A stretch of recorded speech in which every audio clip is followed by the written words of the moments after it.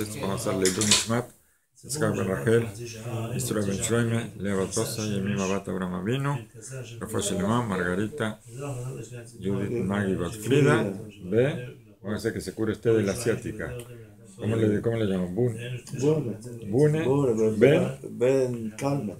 la madre. Ben Sara. Bune ben Sara. Refuah Shelema. Be'ezrat Hashem, por mérito de la Torah que estudiamos, que tenga Refuah Shelema.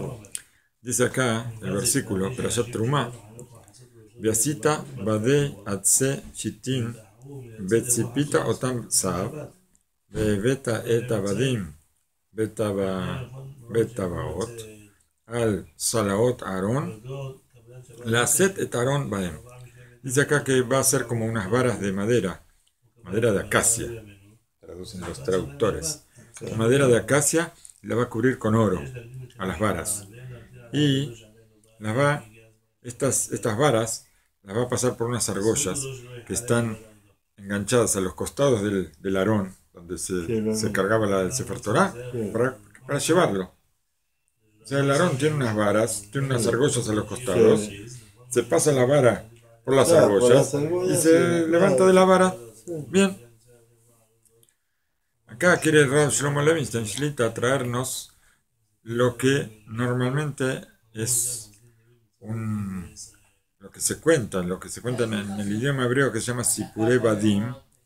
Sipurei Badim son como cuentos, son como historias que son ejemplos, o son mentiras normalmente. Veo que a veces usted me dice, uy, esto no parece de verdad. Claro, fantasía. Parece fantasía, sí, pero muchas veces son relatos que son verídicos. Sí, que lo sacan. A usted le parece que son, a veces parece que fueran muy acomodados. Pero cuando normalmente los sabios dicen cuando un ejemplo es un ejemplo solamente, o un cuento. ¿Por qué? Porque si Sipurei Bad, un cuento de tela, o cuento de mentira.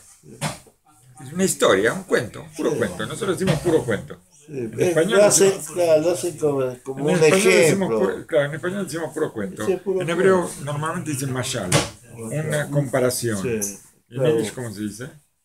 Una historia así que es puro cuento. No se le ocurre. Ay, bueno. No importa. Entonces, acá la palabra que tiene que ver con el versículo nos va a contar un poco qué pasa con los relatos que no son verdaderos y que en hebreo se llaman Sipurei Badim. Dice, ¿por qué? ¿Por qué tenemos la necesidad muchas veces de traer relatos que son fantasiosos? ¿Para qué? Para enseñarnos algo. ¿Para qué? ¿Para qué hace falta? ¿No podemos traer algo verdadero? ¿Hace falta traer algo imaginario? Le explica en el libro Sha'ar Bat Rabim, libro, ahí explica en nombre del Midrash, que dice que es sabido que muchos conferencistas, ellos en sus conferencias, ellos traen ejemplos y traen cosas que ni existieron ni van a existir nunca. ¿Y por qué? Dice, ¿cuál es la finalidad de todo esto? ¿Para qué me sirve traer algo imaginario? Se trata acá de que cuando a una persona le hablamos en forma directa y lo reprochamos por lo que hace, en forma natural, esta persona se pone en contra, cierra, hace una barrera y no escucha nada. Él se hace como que no entiende y no quiere escuchar. Cuando a una persona van a reprochar, claro, la persona se cierra, no quiere escuchar. No quiere escuchar el reproche. ¿Quién sos vos para reprocharme algo? En cambio, ¿y qué pasa? Esto es una reacción natural. Pero ¿qué pasa si escuchamos un relato que habla de cosas imaginarias y cosas que no son verdad? O cuando el relato habla de otro, no de mí. ¿Sí? Se le empieza a contar de Rubén y Shimón. Claro, empieza a contar. Esa persona no se Claro, le empieza a hablar de Rubén y Shimón, la persona escucha bien lo que le van a decir. Dice, esta es la cualidad del ejemplo, la cualidad de este sipur, de este relato imaginario, que es simplemente imaginario. ¿Qué es lo que hace el relato este? Empezamos a hablar sobre algo que no existe, ¿sí? Un relato, pero cosas buenas, relatos lindos, que son entretenidos. La gente, y de paso contamos qué mal que es hacer de esta forma.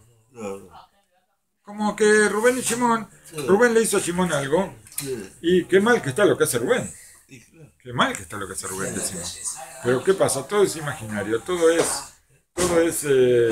de un tercero, no de mí. No está hablando de mí, ni de usted, no está hablando de nadie. Entonces, ¿qué pasa? Entonces la persona escucha. ¿Qué pasa? No, porque abre la ventana. Bueno, déjelo que abra la ventana, después la cerramos. Tiene calor. No, a mí no me molesta, pero después tengo que correr. No, que no se tiene que hablar, yo se la cierro, no se preocupe. Bueno, entonces, ¿qué pasa? Esta persona escucha. ¿Escucha por qué? Porque están hablando de otro, no están hablando de él. Bueno, pues quizás se da una... A veces se da cuenta que el mensaje es para él, pero si se da cuenta se cierra también, seguro. Ah, ¿sí? Pero, y sí, lo más probable es que se cierre. Dice, aparte de querer reprocharme, me querés engañar. Pero, no importa. El cuento se escucha y habla sobre cosas interesantes que hacen a que uno le llame la atención. Y cuando termina, entonces el que le está hablando dice, en realidad, todo esto tenés que saber que es para vos. Dice, este relato que es así fantasioso, aunque no signifique nada, dice, en el momento que se transforma para que la persona entienda lo que quiere decir, lo que le quieren decir, esto puede llegar al corazón de la persona que escucha. Y este relato se transforma en algo que forma parte de la Torá. ¿Por qué? Porque tiene una finalidad buena. ¿Qué pasa? La persona que no quiere escuchar, que de otra forma no va a escuchar, de esta forma sí escucha. Entonces esto se transforma en algo sagrado inclusive. Se hace que tiene que duchar Tiene como cualquier palabra del Torah. Y uno está hablando cosas que son imaginarias, que no tienen nada que ver con nada. Sin embargo, son cosas del Torah. Por eso dice el versículo, dice, esto es lo que esconde el versículo. El versículo dice, y lo dice en forma indirecta, como dice, Beasita bade atzeshitim, y vas a hacer varas de madera de acacia. Contale a la persona que escucha, le cajaja sipur badim. Contale a la persona, ¿qué dijo ahí? Beasita bade atzeshitim. Badei es de bad es tela. Contale un cuento de tela, contale una historia, un cuento fantasioso a la persona que te tiene que escuchar. Besipita tam saab, y lo vas a recubrir de oro. ¿Qué quiere decir? El cuento, normalmente, cuando hacemos un cuento imaginario, ese cuento hay que adornarlo. Está adornado. ¿Para qué? Para que la persona despierte interés. Claro, hay que adornarlo. Entonces, le vamos a explicar un cuento que tiene muchas vueltas y que tiene un poquito de suspenso, que tiene un poquito de algo que le hace abrir los ojos. ¿Cómo puede ser? ¿Cómo puede ser que una persona se porte así? Va a decir, después se va a dar cuenta que es él. Después se da cuenta que es uno mismo. Entonces, bebeta et abadim, betabaot, al salaot Aarón, laset et Aarón, laset et Aarón. Y vas a pasar estas varas por las argollas que están al costado del Aarón, para llevar el Aarón. Dice, de esta forma nosotros podemos, este reproche lo podemos hacer funcionar sin que despierte un rechazo antes, que primero lo escuche, que lo escuche y después sepa que es él, entonces ya lo escuchó. De la otra forma, cuando yo voy a reprochar, se cierra antes. Una vez que lo escuchó, ahora y sabe que es él, porque luego se va a dar cuenta. Pero después de escucharlo, entonces, ¿qué va a pasar? Betabaot Aarón ayu abadim lo yasuru mimeni. Ahora él ya no se puede cerrar. ¿Por qué? Porque ya pasó la vara la pasó por la argolla para levantarlo. Claro. ¿Qué hizo?